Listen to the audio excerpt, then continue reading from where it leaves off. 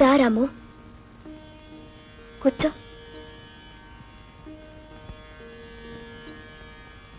ఎలా ఉన్నావు? బాగానే ఉన్నావు. నువ్వెలా ఉన్నావని అడగవే. నువ్వెలా ఉన్నావో తెలుసుగా, ఏమని అడగను. నిన్ననే తెలిసింది. ఏమని? నువ్వు వచ్చావని. నేనే డాడీతో చెప్పొద్దన్నాను. ఎందుకని? ఇంకా చాలా రోజులుంటానని. నువ్వు చాలా మంచి పని చేశావు. రైలు వెళ్ళిపోయాక ప్లాట్ఫామ్ మీదకి రావడమా? ఆ తర్వాత ఇంకో రైలైనా వస్తుందిగా. ఆ వచ్చే రైలు అనుకున్న స్టేషన్కే చేరుతుందని గ్యారెంటీ ఏమిటి? మనసే మార్గం చూపిస్తుంది, చేరాల్సిన చోటుకు చేరుస్తుంది. మనసా? రాము, మనిషికి మనసు ఒకటే చాలదు, ధైర్యం కావాలి. నేను నీకు మనసిచ్చాను, నువ్వు నాకు మనసిచ్చావు. నా మనసే నీది అని చెప్పడానికి నీకు ధైర్యం లేదు, నాకు ధైర్యం చాలలేదు. చూసావా మనం ఎంత పిరికి వాళ్ళమో. ప్రేమికులు పిరికి వాళ్ళు కాకూడదు రాము, పిరికి వాళ్ళు సుఖపడలేరు. లే స్వప్న, ఇప్పుడు ధైర్యంగా చెప్తున్నాను, నిన్ను పెళ్లి చేసుకోవడానికి నిర్ణయించుకున్నాను. కానీ నేను నా నిర్ణయాన్ని మార్చుకున్నాను. ఏమని? తిరిగి ఆయన దగ్గరికే వెళ్ళిపోదాం. స్వప్న. అవును రాము, జీవితం చాలా చిన్నది, కానీ చాలా విలువైనది. పంతాలు పట్టుదలలతో దాన్ని పాడు చేసుకోవటం నాకు ఇష్టం లేదు. అంటే? ఆలోచిస్తే కొత్తగా ఆయన చేసిన తప్పు మాత్రం ఏముంది? ఎందరో మగవాళ్ళు చేసినట్టే ఆయన చేశారు. పెళ్లి చేసుకుని ఒక పిల్ల గొంతు కోసి డబ్బు కోసం తిరిగి నీ గొంతు కోయడం తప్పు కాదు. భర్త భార్యను వదిలేసినా, భార్య భర్తను వదిలేసినా తిరిగి తిరిగి ఆ భార్య చేరాల్సింది భర్త కాళ్ళ దగ్గరికి రాము. స్వప్న, నువ్వేనా ఈ మాట అంటున్నది? అవును రాము. ఏ స్వప్న, ఆడది మగవాడికి బానిస కాదు, మగవాడి చేతిలో కీలుబొమ్మ కాదు, మగవాడి కాలి కింద చెప్పు కాదు. ఆడదానికి వ్యక్తిత్వం ఉండాలి కావాలని నొక్కి నొక్కి చెప్పేదానివి. ఆ రోజులు మర్చిపోయావు. అవి జీవితం తెలియని రోజులు, ఇవి అనుభవం పాఠాలు చెప్తున్న రోజులు. నా ఉపన్యాసం తెగతెంపులు చేసింది, నా ఆవేశం తాళి విసిరి కొట్టింది, నా ఆదర్శం విడాకులు తెచ్చింది. అన్నీ కలిసి మొగుణ్ణి వదిలేసిన ఆడదిగా కూర్చోబెట్టింది. నలుగురిలోనూ నేను అలా పిలువబడ్డం నాకు ఇష్టం లేదు. అందుకే తిరిగి వెళ్ళిపోవాలని నిర్ణయించుకున్నాను. ఇప్పుడు నీకు పాతకాల పాడడానికి తేడా లేదు స్వప్న. కాలం ఏదైనా ఆడదేగా. అంటే భర్త తిట్టినా కొట్టినా ఇంటి నుంచి బయటికి గెంటేసినా ఆనాటి ఆడదానిలాగానే ఈనాడు పడి ఉండాలంటావా? అలా ఉండకపోతే ఈ సంఘంలో బ్రతకలేదు. అలా బ్రతికే బ్రతుకు ఒక బ్రతికేనా? అది ఆడదానికి శాపం కాదు, అది కావాలని మీరు కోరి తెచ్చుకుంటున్నా కర్మ. దానికి మీరు ఏ పేరైనా పెట్టండి, నా నిర్ణయం. స్వప్న, ఆడదానికి నువ్వు కొత్త నిర్వచనం చెప్తావు అనుకున్నాను, కానీ నువ్వు ఆ పాత చింతకాయల్లోనే కలిసిపోయావు. నీకు మా అమ్మకు తేడా ఏమిటి? ఎన్ని దారుణాలు చేసినా, ఎంత రాక్షసుల్లా ప్రవర్తించినా నా భర్తే నా దైవం, ఆయన పాదాల చింతనే నా దేవాలయం, ఆయన పాదధూళే నా పసుపు కుంకుమలు అనే ఆతరం ఆడదానికి నీకు తేడా ఏమిటి? అతని మోసానికి బలైపోవటానికైనా నీ చదువు, అతని దుర్మార్గాన్ని క్షమించడమేనా నీ సంస్కారం, బతికాల దగ్గరే సతి బతుకని చెప్పడమేనా నీ ఆదర్శం? స్వప్న, ప్రేమికులు కాదు పిరికివాళ్ళు మీరు, మీ ఆడవాళ్ళు. మీరు ఇతరుల గురించి కథలు చెప్తారు, హరికథలు వినిపిస్తారు, కానీ మీ దాకా వచ్చేసరికి పిరికి పందల్లా పారిపోతారు. మీలో ఈ పిరికితనం, ఈ దౌర్బల్యం పోనంత వరకు ఎన్ని తరాలు మారినా, ఎన్ని చరిత్రలు జరిగినా మీరు మారనంత వరకు అలాంటి మగవాళ్ల కాళ్ళ కింద పువ్వుల్లా నలిగి కన్నీళ్లు కారుస్తూనే ఉంటారు. గాజులు తొడిగించుకున్నామన్న పేరు సార్థకం చేసుకుంటూనే ఉంటారు. మిమ్మల్ని ఎవరు మార్చలేరు. మీ కర్మ అంతే.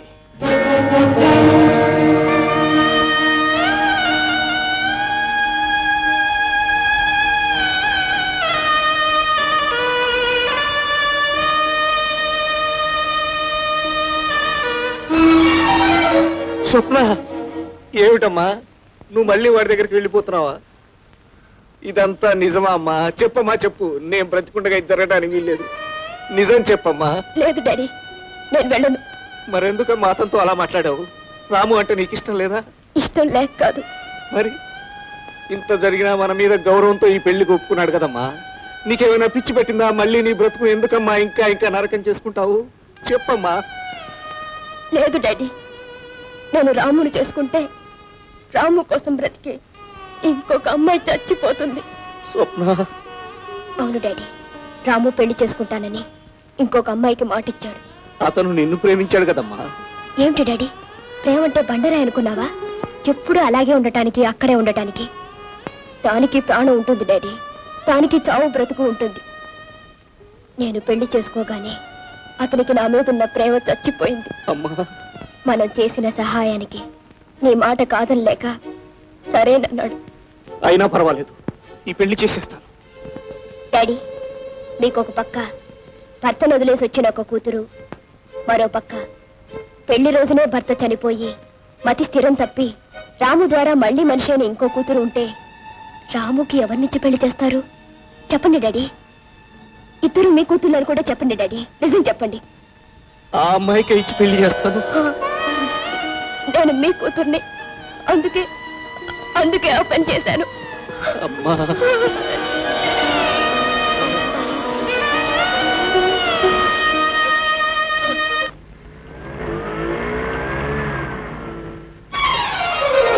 బాబు బాబు, ఆ పద్మమ్మ గారు చచ్చిపోవడానికని ఉంగరంలో రాయి నూరు మింగేసినాదంట.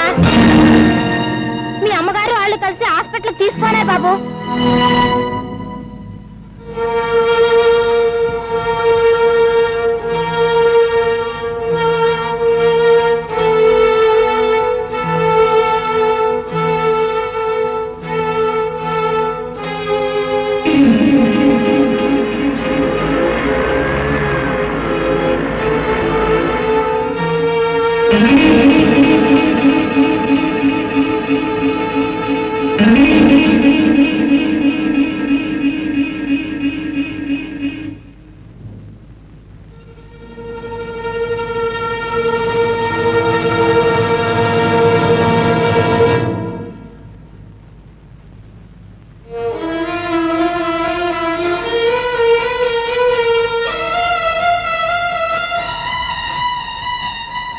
డాక్టర్ గారు, ఎలా ఉంది?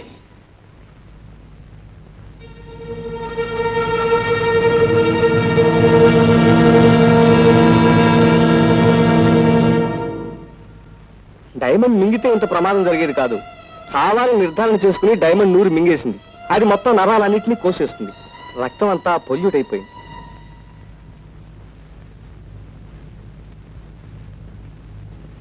రక్తం గాని నల్లబడితే మాత్రం చాలా ప్రమాదం.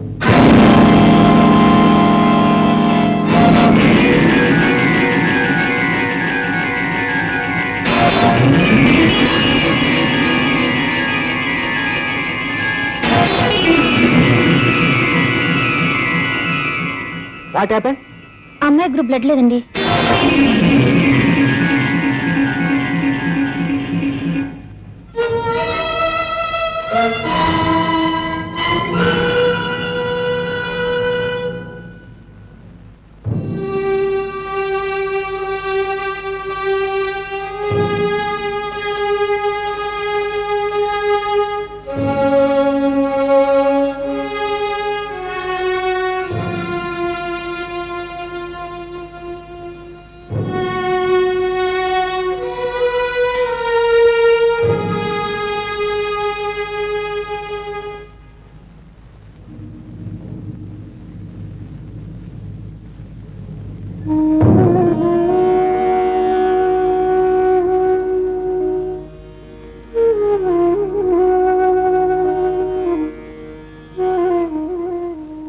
She's all right. Thank you very much.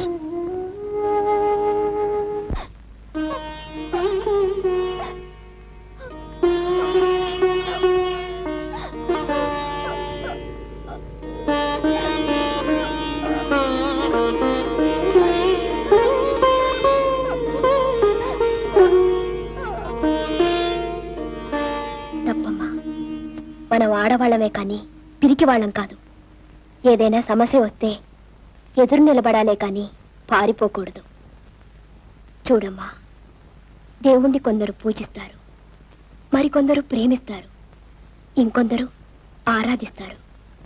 ప్రేమించేవాళ్ళు ఆరాటపడతారు అంతే, కానీ ఆరాధించేవాళ్ళు అవసరమైతే ప్రాణాలు కూడా ఇస్తారు. అందుకే ప్రేమించే వాళ్ళకంటే ఆరాధించే వాళ్ళకే ఎక్కువ హక్కు ఉంటుంది. రాము నీవాడే. నీ మనసులో ఏ ఆలోచన లేకుండా ఆనందంగా ఉండు. మళ్ళీ మీ పెళ్లి నాటికి వచ్చి కలుస్తాను.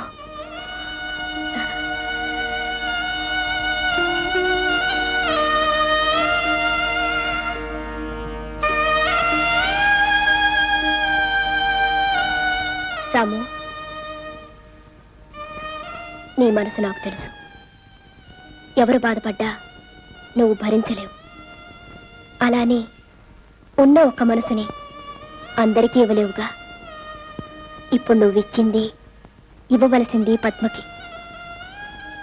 నా గురించి నువ్వేం ఆలోచించద్దు. నాకు కూడా ఒక దారి దొరికిందిగా. సిస్టర్,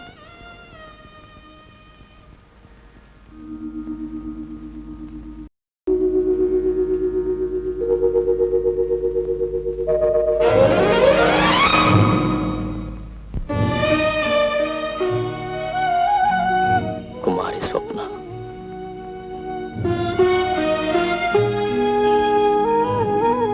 శ్రీమతి అనిపించుకునే అవకాశం అందరికీ ఉంటుంది, కానీ కుమారిగా మిగిలిపోయే అదృష్టం నా ఒక్కదానికే కలిగింది.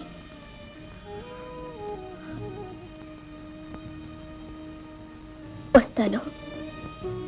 హాస్పిటల్ ప్రారంభానికి మాత్రం నువ్వు పద్మ తప్పకుండా రావాలి.